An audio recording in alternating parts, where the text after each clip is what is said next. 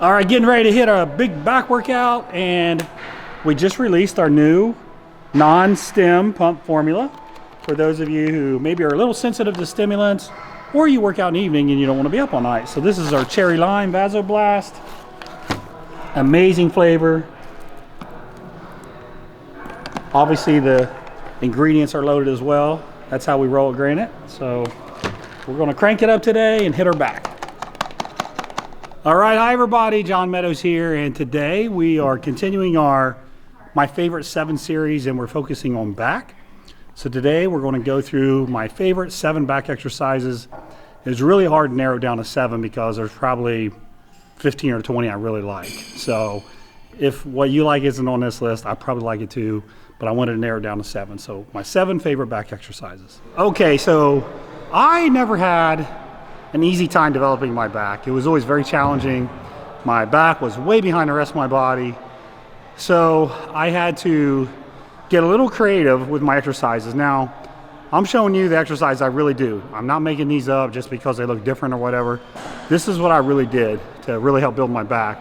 And as you know, the Meadows Row, of course named after me, is #1 on my list because it really, really helped put a lot of thickness on my entire back. I mean, if you watch and you look at the grip, the pronated grip, you would think this is more for rhomboids, kind of some lower traps and rear delts. But depending on where you drive your elbows, you're also feeling your lats. So for me, I never really did this for just lats or just rhomboids. To me, I felt these in my entire back. So form is key, obviously. You got to drive your elbow, like I'm always preaching on back. You want to brace yourself with your other arm.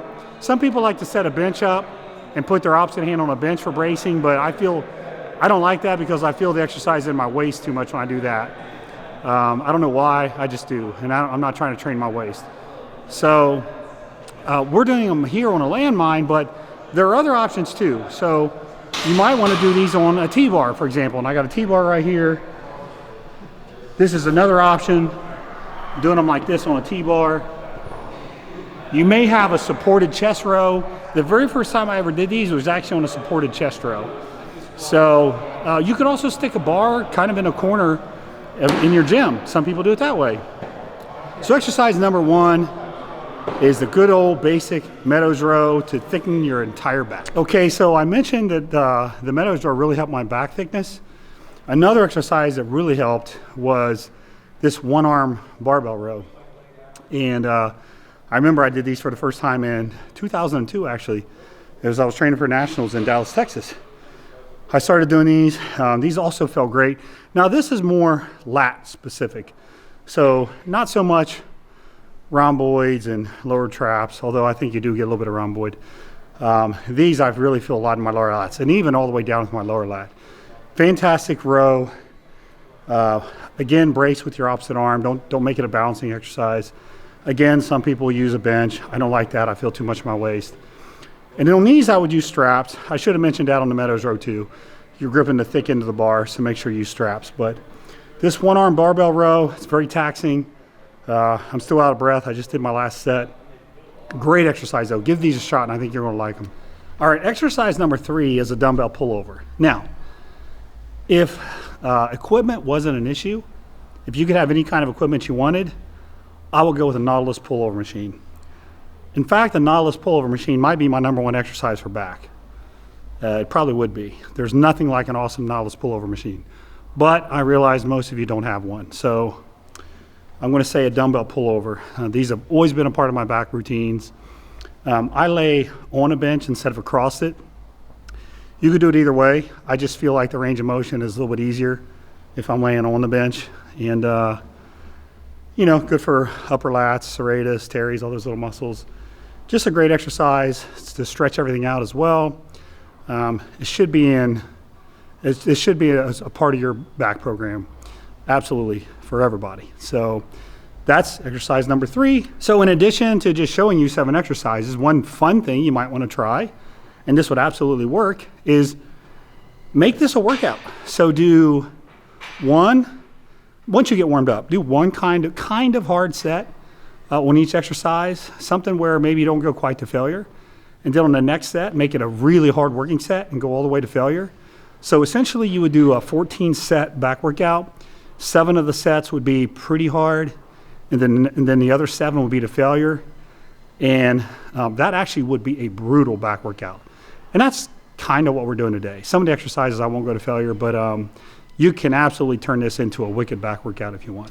All right, number 4 is a rack pull. Now, I don't have a rack at this gym, so just use your imagination. Pretend I'm in a power rack and I'm setting the bar down on each rep. Because that's what I do. I like to set the bar down. I don't like to bounce it off the rack. I know a lot of people like to do that. I don't think that's wise for your spine. So I do like to get to about mid-shin or maybe slightly above mid-shin. I don't like to pull above your knee. I just don't think that's enough range of motion to do anything meaningful. So rack pulls, in terms of form, this is where what we do is a little different. So you have a standard kind of rack pull where you just grip it and rip it for pure strength. But we're using a little different form on this for technique-wise. You're probably going to want to use about half the weight you normally use when you're doing the grip it and rip it technique. Basically what we're doing is we're flexing our lats at the bottom while the bar is sitting in the rack, and you pull the bar up and you push your hips forward, and you even, it almost looks like a backward shrug. So watch my form as I did those. So I'm staying up straight and then I'm pulling my elbows back. So my elbows come back. Now I know gravity's up and down, it's not lateral, but just trust me, just try it. And then lower the weight. You got to keep your lats flexed and lower the weight slowly. So you're going to generate a lot of tension in your lats.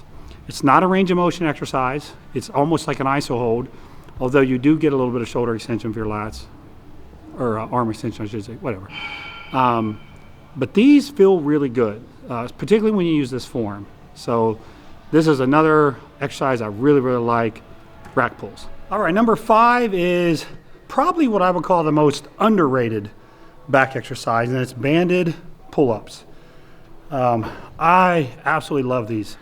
You got to do them to know what I mean. There's like a unique pump you get. It just feels, it's very unique. I don't really get a pump in the area on the other exercises that I get on this one. So it's a banded pull-up. Now, I'm using the orange band. If you are weaker, you could use like an elite gray band. If you're strong on chins, you could use one of their Pro Mini bands, a red one. I typically use the orange one, but the band size is going to matter. You want to get to where you're doing, I like kind of medium reps. I like kind of the 10 to 12 range for reps on these, but I really like these. You can execute these with perfect form due to the band. And the other thing I find is, you know, I think when people do a lot of chin-ups, they tend to get tendonitis a lot in their forearms or elbow kind of area. But there's something about doing these with a band where I never get tendonitis myself, and the people I work with don't either. So that's always a good thing. Plus, again, you can execute with perfect form. So number 5, banded chin-ups. Hello everybody, my name is Alexander Meadows, and today I'm going to be doing a slat combo that I made up.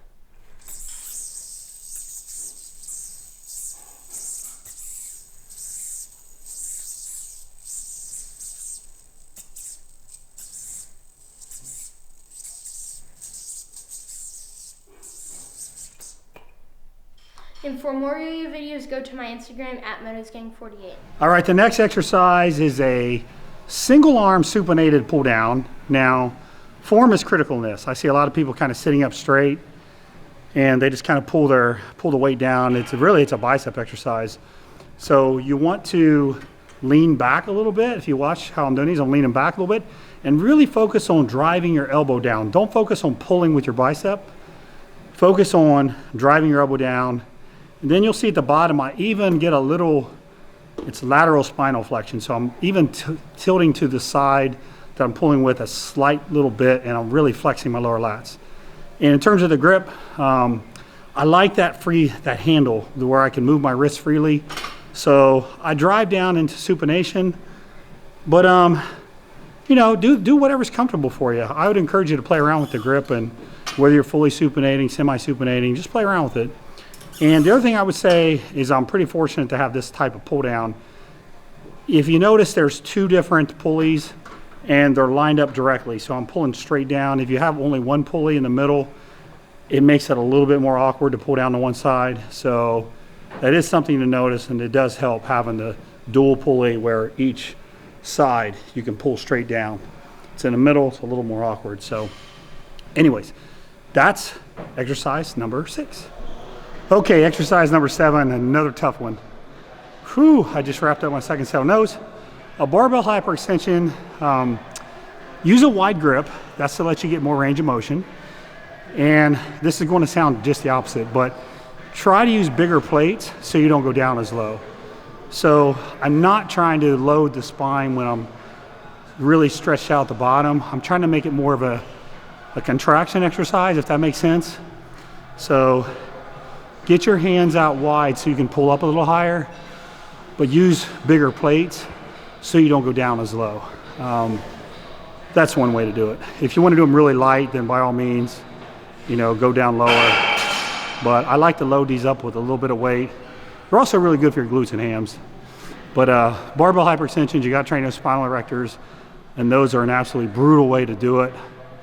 Those will put slabs of muscle in your spinal erectors. So that's your 7 exercises. I hope you enjoyed these. And again, you can make it a workout, as I mentioned earlier. Give it a shot, comment below, and let me know what you think. We'll see you next time.